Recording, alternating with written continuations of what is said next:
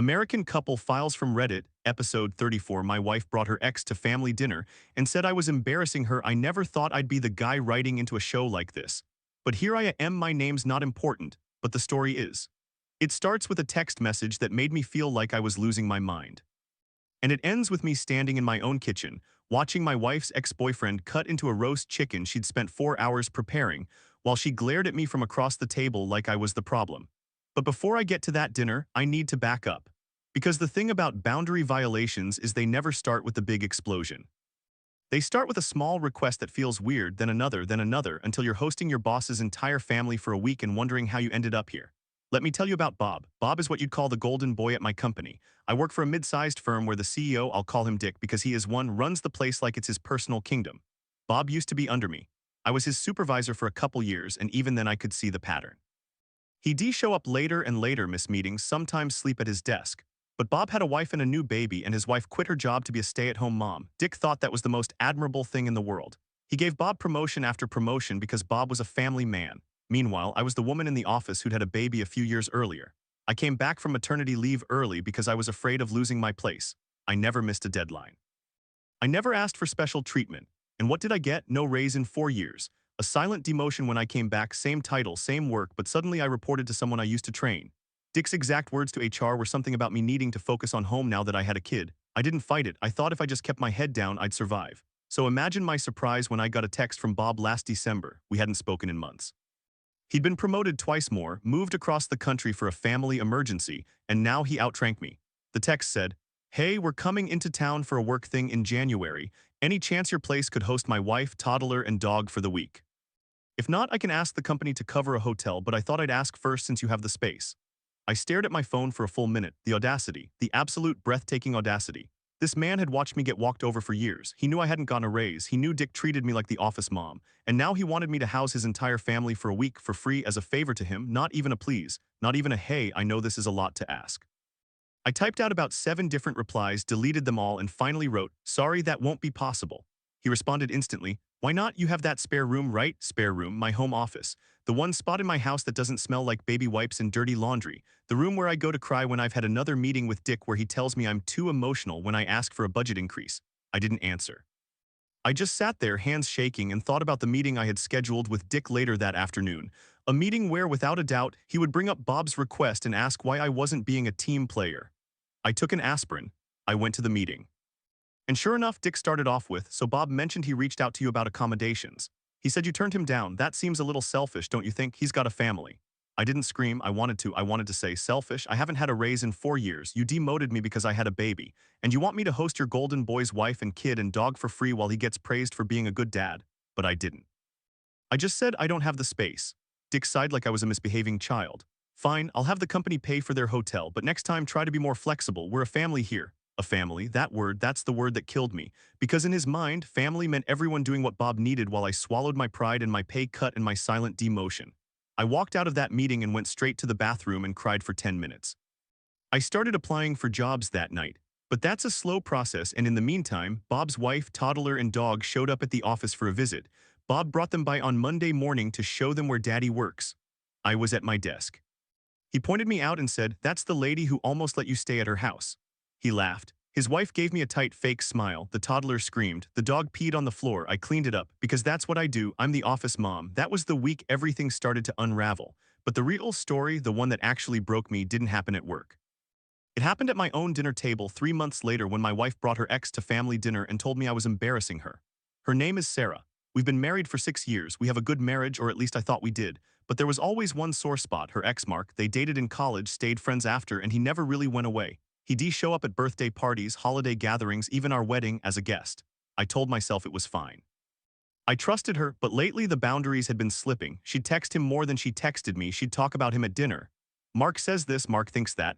It was like I was married to 2 people. Then came the family dinner. My parents were coming over, Sarah's mom too, a big Sunday roast. I was in the kitchen helping with the vegetables when Sarah said, "Hey, I invited Mark." I dropped the peeler. "What? He's having a rough week. His girlfriend broke up with him. He doesn't have family nearby. I thought it would be nice." "Sarah, this is a family dinner. My parents haven't seen us in a month. Your mom doesn't even like Mark. She'll get over it. Please don't make a thing." I wanted to say no. I wanted to say, "This is our home, our space, and I need you to respect that." But I was tired from the Bob situation. I was tired from fighting, so I just said, fine.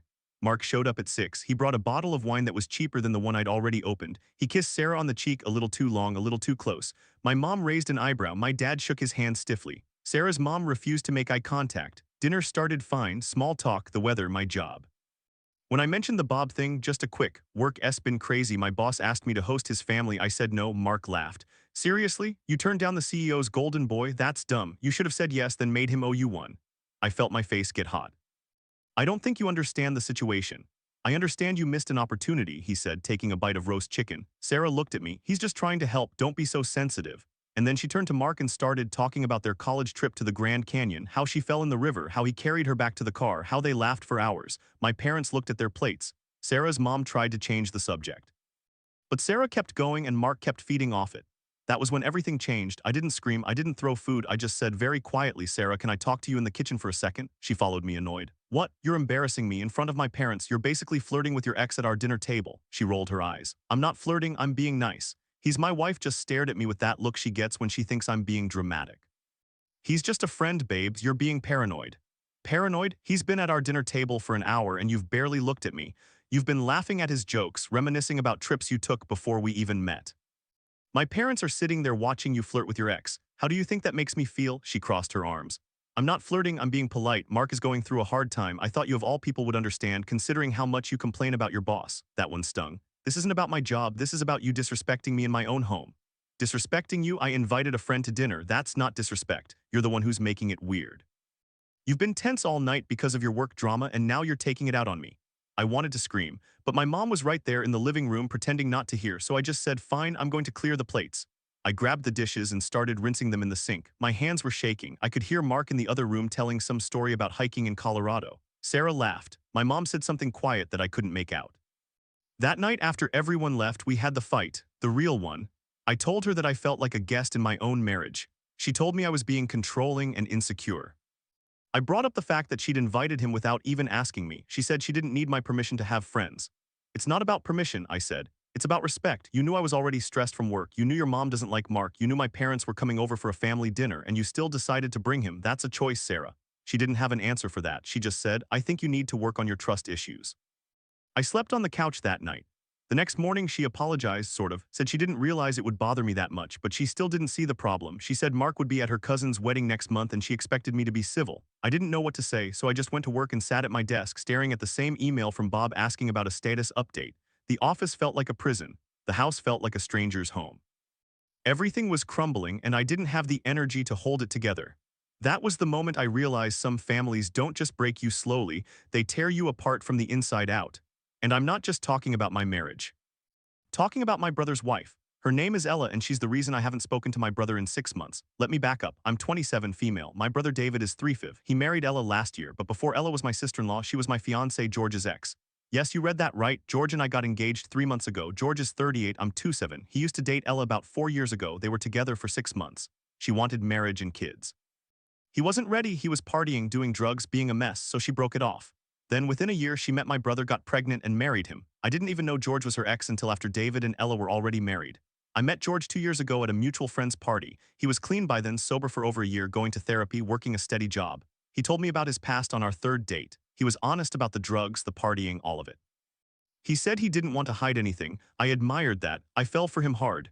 When we started getting serious, Ella lost her mind. She called my parents crying, saying George was a predator. She said I was being groomed. She told my brother that George was still using drugs, that he was abusive, that he was trying to turn me into an addict. None of it was true. George had been sober for 2 years by then. He had a therapist. He was the most stable person I'd ever been with, but Ella wouldn't stop. She started spreading rumors at family gatherings. She told my aunt that George had hit her when they dated, also a lie. He never laid a hand on her. She told my cousin that George was only with me because I looked like her. I don't, not even close. My brother David believed every word. He told me I was making a huge mistake. He said if I married George, he wouldn't come to the wedding. I tried to talk to him. I said, David, you've known George for less than a year through Ella's lies. I've known him for 2 years. I've seen him change. I've helped him through his recovery. He's a good man. David said. She told me everything. He destroyed her. I can't support this. We stopped talking for a while, but then last month something happened that changed everything. George proposed to me. It was a surprise. He took me to the beach where we had our first date, got down on one knee and asked me to marry him. I said yes. We were so happy. I posted a picture of the ring on social media. Within an hour, Ella was calling my brother, screaming. She said George was rubbing it in her face. She said he proposed to me just to hurt her. She demanded that David cut me off completely. David called me that night. I thought he was going to congratulate me. Instead, he said, Ella is devastated. You need to take down that post. What? Why? I'm engaged to the man I love. She's my wife. You're hurting her. George is toxic and you're making it worse. I told him I wasn't taking the post down. I told him that Ella was the one who couldn't let go, not George. I said, she's been married to you for over a year. Why does she care what George does unless she's still in love with him? That set him off. He said I was cruel. He said I was trying to destroy their marriage. He hung up. The next day, I got a message from Ella. You think you've won? He's only with you because I didn't want him. You're his consolation prize. I showed the message to George. He was furious. He wanted to call David and tell him the truth. I said no, let it go. But George said, she's been slandering me for 2 years. It's time people know. So we went to my parents. George brought his phone. He showed them the messages Ella had sent him when they first broke up, messages where she begged him to take her back, said she'd do anything, said she'd change. He showed them texts from a year ago where she told a mutual friend that David is just a rebound. I'm still in love with George. My mom cried, my dad was silent, and my brother, I called him and told him to come over. He walked in expecting to defend his wife. Instead, we showed him everything. He didn't say a word. He just looked at the phone, scrolled through the messages, and sat down slowly. She's been lying this whole time, he whispered. Yes, I said, and you believed her over me. That was 3 weeks ago. David filed for divorce last Monday. Ella tried to call me, begging me to talk to her, saying she'd made a mistake. I blocked her number. She showed up at my parents' house crying, saying she loved my brother. My mom told her to leave. Now my brother is staying with our parents. He's been calling me every day apologizing. He wants to meet George to start over. George is willing to give him a chance, but it's hard. The damage is done. And me, I'm planning a wedding, a small one. My brother will be there, but I still don't know if I can trust him. Some things don't heal just because someone says sorry, but at least now the truth is out. And Ella is finally out of our lives. I guess the lesson is, sometimes the people who seem like family are the ones who hurt you the most. Whether it's your wife bringing her ex to dinner, your boss expecting you to host his family, or your sister-in-law spreading lies about your fiancé, you have to stand your ground. Because if you don't, they'll keep taking, and you'll keep cleaning up the mess. I'm still cleaning up mine, but at least now I know who I'm cleaning up for, myself. And then there's work. I thought I had enough drama at home, but my boss decided to one-up everything. Let me set the scene. I work for a mid-sized company, been there about 7 years. The CEO is a guy I'll call Dick because he is one. Dick has a golden boy, Bob. Bob is the kind of employee who shows up late, naps at his desk, and still gets promoted because he's a family man. I'm the one who's been holding things together for years, never got a raise, and when I had a baby, silent demotion, said I wasn't as focused anymore. Yeah, okay. So about a year ago, Bob and his family had to move across the country for a family emergency. Dick gave him another promotion. Bob went from being under me to my level, then above me. Now he outranks me. And this guy has the audacity to text me out of the blue on a Tuesday afternoon asking me to house his wife, toddler, and dog for a whole week in January. Said he'd ask the company to pay for his accommodations if that didn't work, like that was an afterthought. I stared at my phone, gobsmacked, utterly gobsmacked. I hadn't gotten a raise in 4 years. I was silently demoted for having a baby. And Bob, who barely does his job, wants me to host his family. I almost laughed. Almost. I went to the meeting with Dick that afternoon. He brought it up, of course. Bob mentioned you might be able to help with his housing situation. It would be a great team-building gesture. Team building. I hadn't even spoken to Bob in 6 months. I just said, I don't have the space. Dick frowned. Think about it, he's a good guy. I didn't reply. That night I vented to my husband. He said, tell him no, that's insane. So I texted Bob, sorry, can't host. My house isn't set up for guests right now. He replied in 10 seconds, okay, but could you at least pick them up from the airport and maybe watch the toddler for a few hours during meetings? I almost dropped my phone. I said no again. He ignored me. The next day, Dick calls me into his office. Bob is really stressed. His wife is overwhelmed. They need support. I thought you'd be willing to step up. I asked if this was a mandatory assignment. He said, it's a request. But his tone said everything. I said, I have my own family. I can't take on another. He nodded, but I saw the cold look in his eyes. I started sending out resumes that night. I couldn't keep working for a place where having a baby was a demerit, but being a lazy dad was a promotion. I had enough on my plate. My marriage was already falling apart. My brother's divorce was fresh. And now my boss was trying to make me a free hotel. 3 weeks later, I got an interview at a competitor. Good pay, better culture. I took a half day off to go. Dick found out and gave me a lecture about loyalty. I wanted to scream, but I just smiled and said, I'm loyal to my family first. Bob's family never did come. He booked a hotel in the end, but he started giving me the cold shoulder at work. Wouldn't say hello. Ran to Dick with complaints about my project timelines. Classic retaliation. I didn't care. I had one foot out the door. The new job offer came in 2 weeks later, 20% raise, actual respect. I gave my notice on a Friday. Dick looked shocked. Bob looked smug. I took my box of personal stuff and walked out. On my last day, I got a text from Bob. Hey, sorry things were awkward. Hope you find what you're looking for. I didn't reply. I just blocked his number. Now I'm in a new office with a door that closes. No one asks me to babysit their kids. No one expects me to host strangers. It's quiet, and I finally feel like I'm in control of my own life. But I'll never forget how easily people think they can take from you just because you're a woman, just because you're a mom, just because you say yes one time.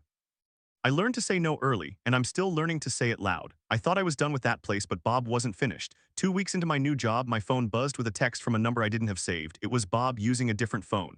Hey, hope you're settling in. I just wanted to let you know that Dick is really upset about how you left. He's been telling everyone you were disloyal. Just thought you should know. I stared at the message. He wasn't being helpful. He was trying to get under my skin. I didn't reply. I blocked that number too. But then my new boss, a woman named Karen, actually nice, not the stereotype, pulled me aside one Friday. I got a call from someone named Dick at your old company. He said you left under questionable circumstances and that we should be cautious about trusting you with sensitive projects. My stomach dropped. He said that? She nodded. I told him we were happy with your work and hung up. But I wanted you to know, I figured you'd want to address it. I went home that night and opened my laptop. I had saved every email, every performance review, every complaint about Bob that I never filed. I compiled a document, dates, times, the request to host his family, the silent demotion after my pregnancy, the lack of raises. I included screenshots of Bob's texts asking me to pick up his wife from the airport and watch his toddler. I included Dick's email about team building. I didn't want to sue, I just wanted to protect myself. The next week, Karen asked if I wanted to file a formal complaint with HR. I said yes. She walked me through the process. I submitted everything. Human Resources launched an investigation. They interviewed me and I gave them names of former coworkers who had seen Bob sleeping at his desk. One of them, a guy named Mike, called me after the interview. Hey, yeah, Dick called me too, asked if I knew anything about you. I told him you were the only one who actually worked. He didn't like that. 3 months later, the investigation concluded. Bob was found to have violated company policy by harassing a former employee and using company resources to coordinate personal favors. Dick was cited for creating a hostile work environment. Bob was demoted. Dick was forced into early retirement. I got a letter from the company's legal team apologizing. No money, no settlement, just an apology, but it was enough. A few weeks after that, I ran into Bob at the grocery store. He was with his wife and toddler. He saw me look down and pushed his cart the other way. I didn't say anything, I just kept walking. My new job is good, I got a raise in 6 months, I'm respected. I still think about that Tuesday afternoon when Bob texted me out of the blue. If I had said yes, I'd probably still be cleaning up his mess. Instead, I said no, I said it loud, and I walked away. But that wasn't the only time a boss tried to take advantage. A few years before all this, when I was 28, I worked for a small marketing firm. My boss was a woman named Linda. She was nice enough, but she had a habit of asking me to do things that weren't in my job description. At first, it was small stuff, pick up her dry cleaning, book her dentist appointments. I did it because I was young and wanted to be helpful. Then one day, she asked me to babysit her kids on a Saturday. I said I had plans. She said, "It's just for a few hours, I'll pay you." I said no, she didn't take it well. She started assigning me worse projects, giving me poor reviews. I quit after 6 months. I thought about that when Bob texted me, history repeating itself. But this time I knew better. I had learned from Linda and from my brother's wife, from all of it. So when life hands you a situation where someone expects you to host their entire family or spread lies about your fiancé or bring an ex to dinner, you have a choice. You can fold or you can stand your ground. I chose to stand. And it cost me relationships. It cost me a job I thought I wanted. But it gave me back my self-respect. Now I'm finally free, no more hosting strangers, no more taking orders from people who think they own you. I'm living my life on my terms, and if someone asks me to babysit their dog, I'll say no. I mean it this time. I thought I was done with family drama after that, but then my brother's wife decided to make my engagement about her. That was when everything changed. Let me back up. I'm 27, engaged to a man named George. He's 30. We've been together 2 years, and he's the best thing that ever happened to me. But our relationship almost didn't happen because of my brother's wife, Ella, and here's where it gets messy. 4 years ago, George briefly dated Ella. 6 months, that's it. She wanted marriage and kids, he didn't. He was also in a bad place back then, partying, doing drugs, not exactly husband material. They broke up in drama because Ella couldn't make him settle down. Then she met my brother David and married him 6 or 7 months later. So their entire timeline was meet, date, break up, meet my brother, get married, all within about a year and a half. I had no idea they were exes when I met George. None. I met him at a mutual friend's barbecue 2 years ago. He was quiet, seemed a little shy, and I thought he was cute. We started talking. He told me he'd been through some stuff but was working on himself. I liked that honesty. We exchanged numbers. What I didn't know was that George had seen me at a family party a few months before that. He'd recognized me as Ella's sister-in-law. And instead of running the other way, he decided to change. He quit drinking cold turkey. He stopped using anything. He started therapy. He made himself into someone worthy of a relationship. He did all that before we even had our first date. When he told me about his past, about the drugs and the partying, I was scared. But I also saw how hard he was trying. I told him I needed time. He said he understood. He kept going to therapy. He stayed sober. After 6 months of watching him be consistent, I said yes to a real date. That was when Ella found out. She called me screaming. "You're dating my ex, are you serious?" I was confused. I had no idea what she was talking about. She said, "George, the guy you're seeing. He's the one who broke my heart." I told her I didn't know. She didn't believe me. She started spreading lies. She told everyone I was being groomed. She said George was abusive. She said he was trying to get me addicted to drugs. She told my parents I was in danger. I was 25 when we started dating. George was 36. That's an age gap, sure, but it's not grooming. We're both adults. I knew what I was doing. But Ella painted me as a victim and him as a predator.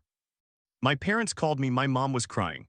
"Honey, is it true? Is he hurting you?" I said no. I explained the timeline. I told them he was in therapy, sober, working a steady job. My dad said, "We trust you, but be careful." I thought that was the end of it, but Ella didn't stop. She went to George's workplace and told his boss he was a drug addict. She texted me constantly, calling me a homewrecker. She said I was ruining her marriage because my brother couldn't stop comparing himself to George. I didn't even know my brother was doing that. My brother David came to me one night. He looked exhausted. He asked if I was really serious about George. I said yes. He said, "Ella is losing her mind. She won't talk about anything else. She says you're doing this to hurt her." I said, "I didn't even know they dated until she told me." David sighed. He said, "I believe you, but she's my wife. I have to live with her." Things got ugly. Ella started telling extended family members that I was a liar and that George was dangerous. My aunt stopped talking to me. My cousin uninvited me from her wedding. I lost people I thought were close. I went to therapy too. I needed to process how someone could hate me so much for falling in love with the wrong person, according to her. George proposed last month. We were at our favorite diner, the one where we had our first real date. He got down on one knee and said, "I want to spend the rest of my life proving that I'm the man you deserve." I said yes. I was crying. So was he. We decided to tell our families at a Sunday dinner at my parents' house. I was nervous but hopeful. My parents had come around after meeting George and seeing how healthy our relationship was. My mom even said she was happy for us. We sat down at the table. My dad made his famous pot roast. My mom put out the good china. My brother David was there looking tense. Ella was next to him, arms crossed, radiating hostility. Before anyone said a word, I took a breath. "George and I have an announcement. We're engaged." My mom gasped and clapped. My dad smiled. David gave a weak thumbs up. Ella stared at her plate. Then she said, "How could you do this to me?" She wasn't loud. She was cold, like she'd been saving it. George said, "Ella, this isn't about you." She looked up. "Everything you do is about me. You broke my heart and now you're marrying my sister-in-law just to rub it in." She turned to me. "And you knew this would destroy me. You wanted this." I said, "I didn't know you were exes until after we started dating." "I have never done anything to hurt you." She laughed. "Congratulations, you win. You got the man I wanted. Enjoy your life." She stood up, grabbed her purse, and walked out. David followed her, apologizing over his shoulder. My mom put her hand on mine. "That's going to be a problem." I knew she was right. A week later, my dad called me. "Ella has been telling everyone that George proposed to you just to get back at her. She says you're both toxic and that we should cut you off." I asked if he believed her. He said, "No, but your brother is caught in the middle. He's not doing well." I wanted to scream. I wanted to drive to her house and confront her, but George said, "Don't feed the fire. She wants a reaction. Don't give it to her." So we didn't. We planned our wedding quietly. We didn't tell Ella the date. We didn't invite her. My brother came alone, looking relieved. He hugged me after the ceremony and said, "I'm sorry, she's not herself." I said she's never been herself with me.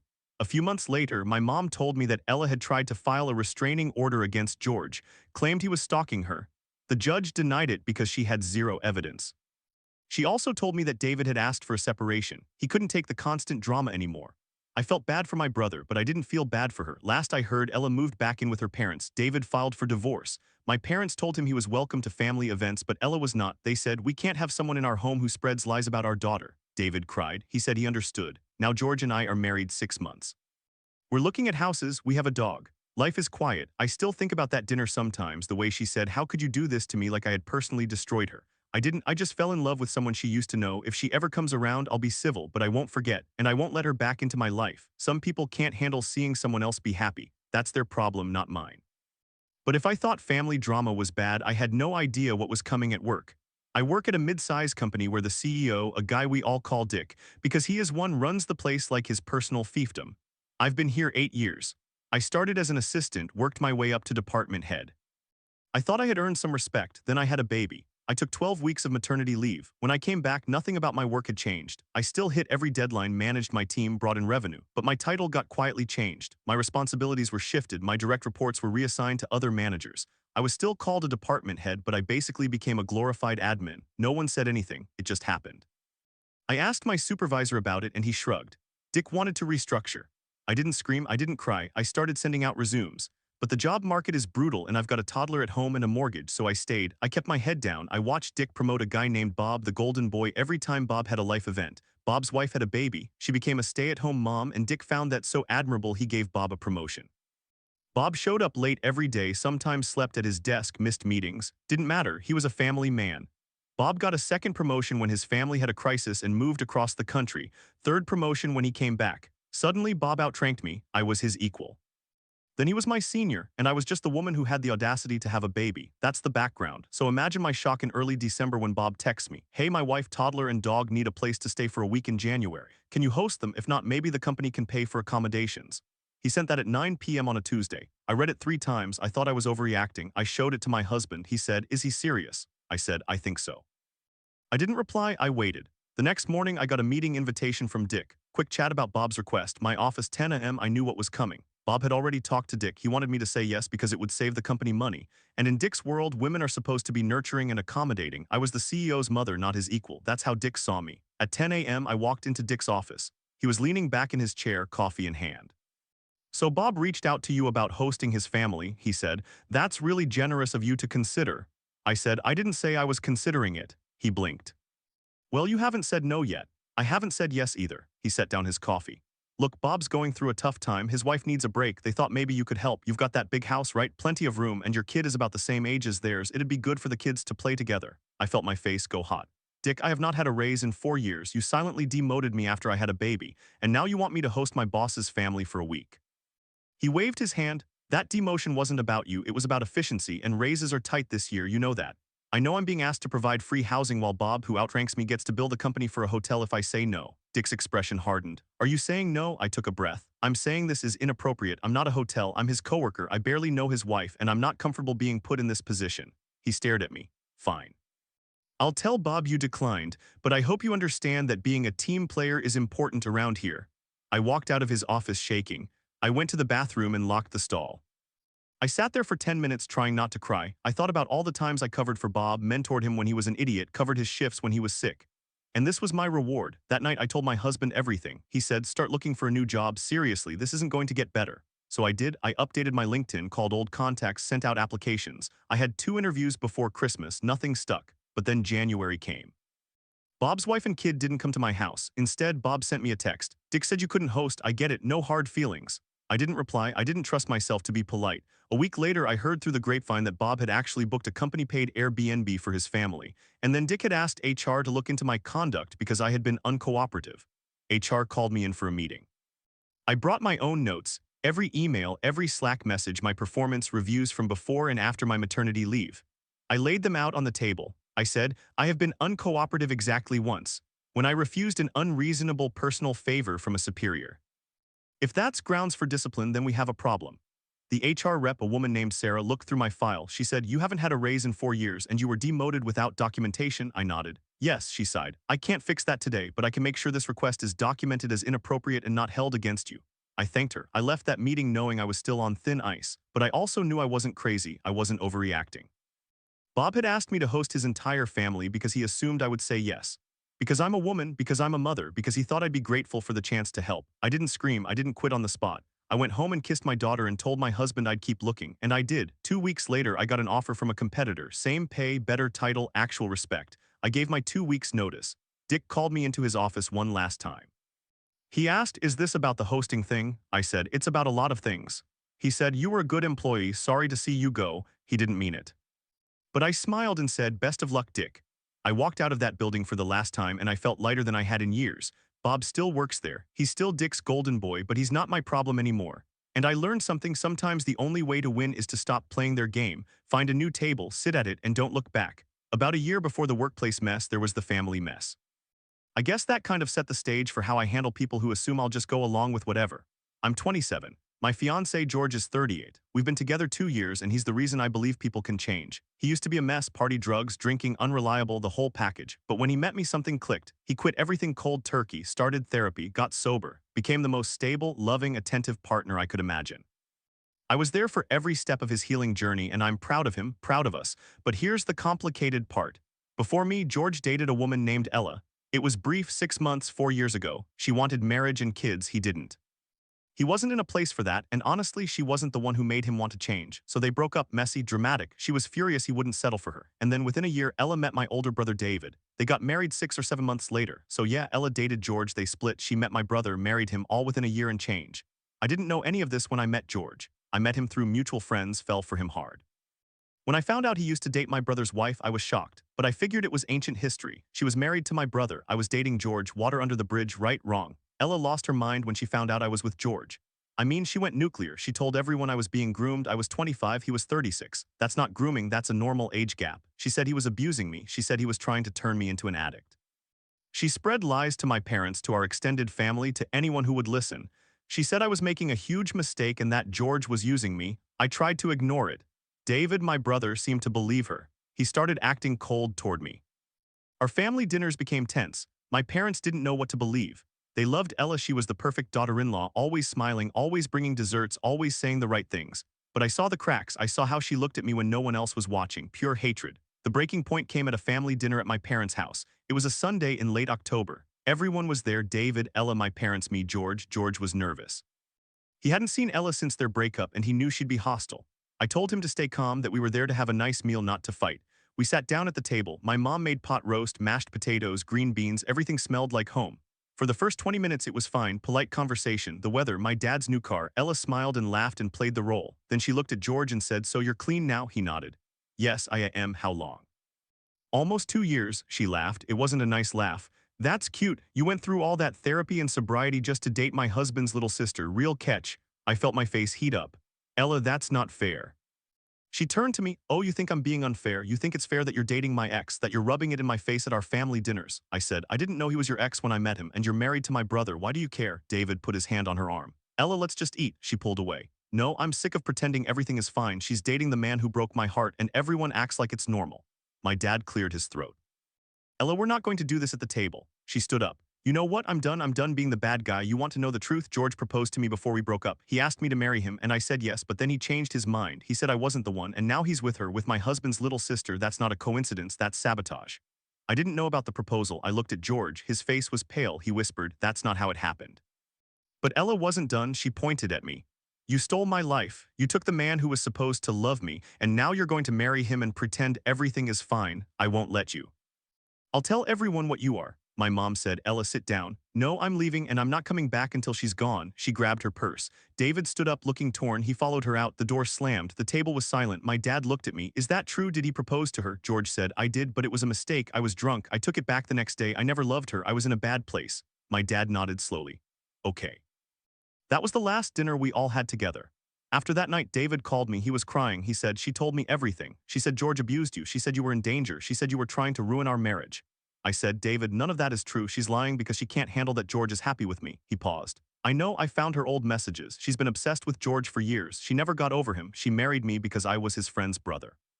I was a consolation prize." I felt sick. "David, I'm so sorry." "Don't be sorry. I married her. I should have seen it." They separated 2 months later. Divorce was finalized in 6 months. My parents banned Ella from their house. My mom said she tried to destroy our family. She's not welcome here. David is doing better now. He's in therapy. He started dating someone new. He came to our engagement party and hugged George and said, "I'm happy for you both, really." Ella still sends me messages. She's blocked now, but I see them in the spam folder sometimes. She says I ruined her life. She says I stole her future. She says George was supposed to end up with her. But he didn't. He ended up with me. And I'm not sorry. That was the moment I learned that you can't let people like that into your life.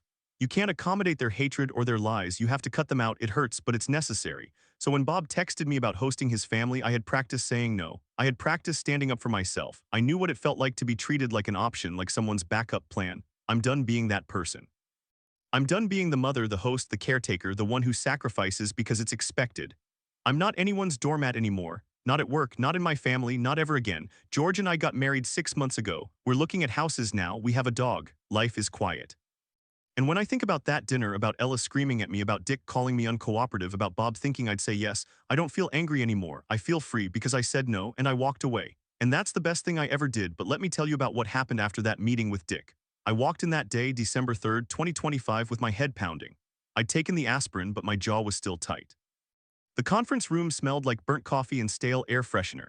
Dick sat at the head of the table, Bob on his right. Bob didn't look at me. Dick smiled that smile I'd learned to hate, the one that said he already knew how this was going to go.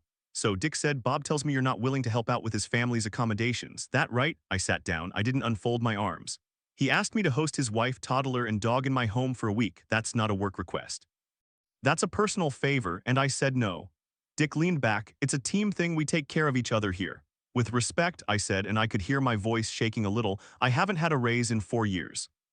I was silently demoted right after I had my baby. Bob has been promoted 3 times in 2 years while showing up late and sleeping in meetings. This isn't a team, this is a hierarchy, and I'm at the bottom, so no, I'm not hosting his family. Bob finally looked up, his face was red. I didn't realize you felt that way. Now you do. Dick's smile disappeared. He said, let's take a break. He walked out. Bob followed. I sat there for 10 minutes staring at the blank whiteboard. I thought I was overreacting. Maybe I should have just said yes and avoided the drama. But then I remembered Ella's face at that dinner table. I remembered how it felt to be treated like my feelings didn't matter, so I stayed. When Dick came back, he was alone. He closed the door. I'm going to be straight with you. Bob is the CEO's nephew. That's why he got promoted. It's not fair, but that's the way it is. And the family accommodation thing, I told him to ask you because you're the only one in the department who lives close enough. I didn't think you'd make it a thing. I said, I'm not making it a thing, I'm setting a boundary, he sighed. Fine, I'll tell him to get a hotel. But you need to be more of a team player going forward. I'll be a team player when I'm treated like a teammate. That was the last conversation I had with Dick before I went to HR. I didn't want to. Everyone says HR isn't your friend, but I had a paper trail. I had emails. I had the text from Bob that read, hey, can your place host my family next month? Let me know. Also, if that's a no, I'll ask the company to cover my hotel. I screenshotted everything. I walked into HR on December 10th. I asked for a formal complaint to be filed. The HR woman, Janet, was nice. She took notes. She asked if I wanted to pursue a hostile work environment claim. I said yes. She said it would take time. I said I'd wait. 2 weeks later, Bob was moved to a different department. Dick got a written warning. I didn't get a raise. I didn't get an apology, but I got something better. I got a reputation. People started treating me differently. Not with respect exactly, but with caution. They didn't ask me for favors anymore. They didn't assume I'd say yes. I started looking for another job in January. I had interviews. I updated my LinkedIn. And then, on January 12th, I got a call from a competitor. The offer was 20% more than what I was making. I gave my 2 weeks notice on a Friday. Dick didn't even say goodbye. My last day was February 1st. I walked out of that building and I didn't look back. On the drive home, I called my mom. She said, I'm proud of you. I cried a little. That was the end of the workplace saga, but the family saga wasn't quite done. I got a message from Ella in February. It came through a fake number. She said, I heard you quit your job. Karma? I didn't respond. I blocked the number. But I felt that familiar anger rise up. I thought about calling David. I thought about forwarding it to my parents. Instead, I showed George. He put his arm around me and said, she's still trying to get a reaction. Don't give her one.